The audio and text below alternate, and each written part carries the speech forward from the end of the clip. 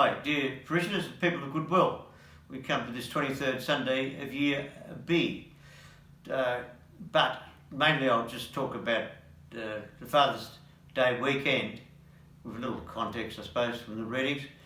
Anyway, we talk about fathers, and that, at the back here, I'll show you in one of my, just a prayer room, I find it for myself. There's my mum and there's my parents at their wedding during the Second World War, the end of the Second World War, Dad in the army there. And then there's a picture of my father there with my mother, and myself there with all the hair there in those days, and my dad without the hair. So you can understand where we're coming from here. With Father's Day, the situation is the readings depict something that's important when it says at the end, people in Mark's Gospel, their admiration was unbounded. He has done all things well, they said. He makes the deaf hear and the dumb speak.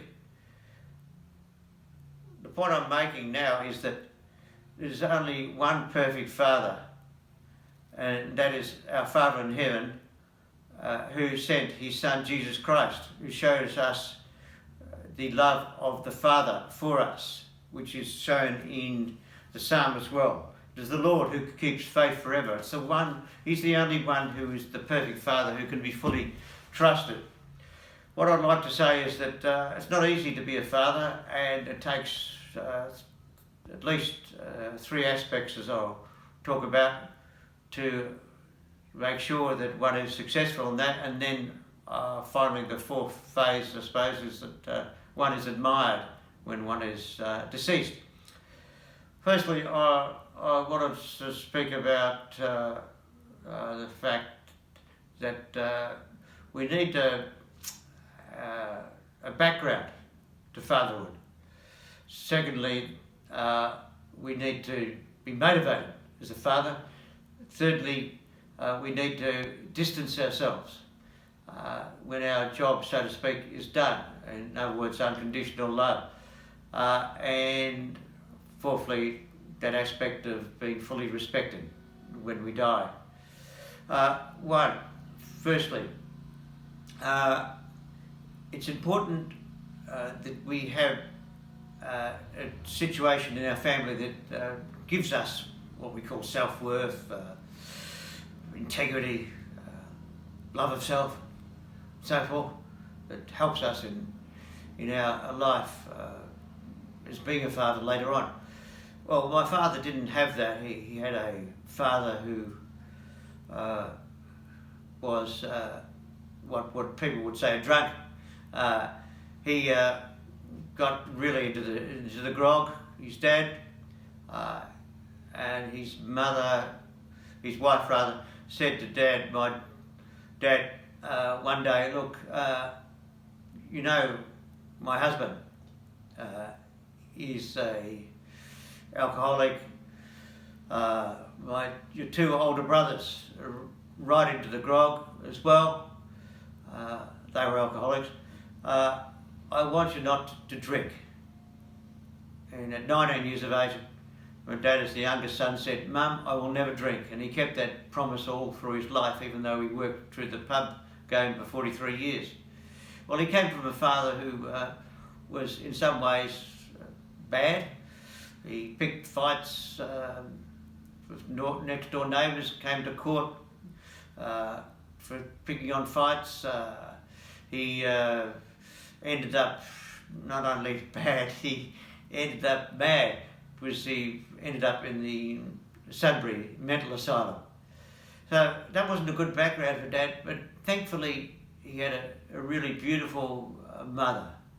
The mother gave him the self-knowledge, the self-worth that my father needed. Otherwise he was in trouble, probably being an example of a father himself. Second phase then, after the family background of importance then to fatherhood, is being motivated and putting the time in for your child or children.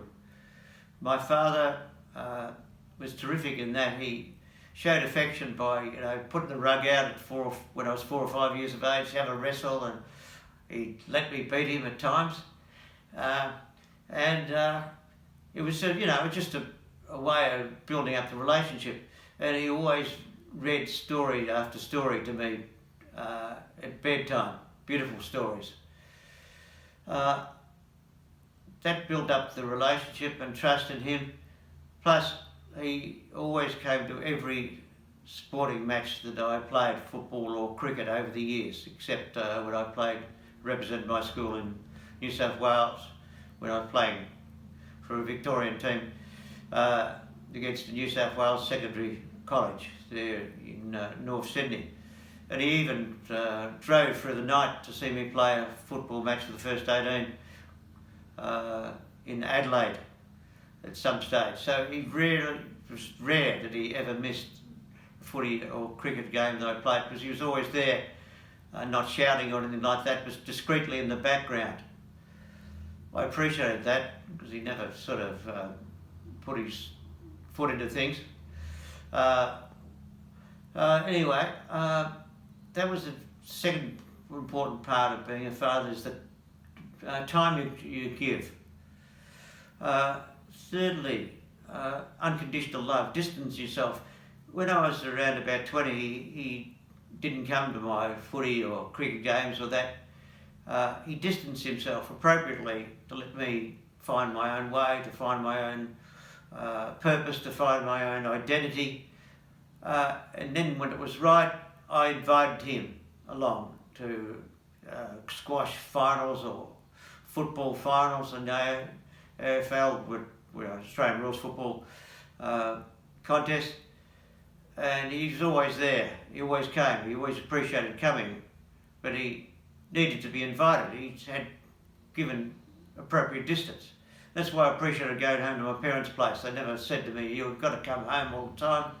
When I come home, they appreciated it. So every Monday night I come home and had a meal with my parents. It was terrific, just being there with them.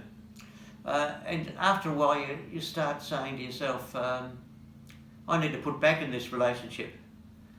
And I invited them as the parish in Cheltenham. At one stage, it was only 4 kilometres away from my parents' house, and I invited him to play golf with me for 2 hours. And just 9 holes on a Friday afternoon. It was another way of saying to him that I loved him, that I appreciated him, that I wanted to give back something.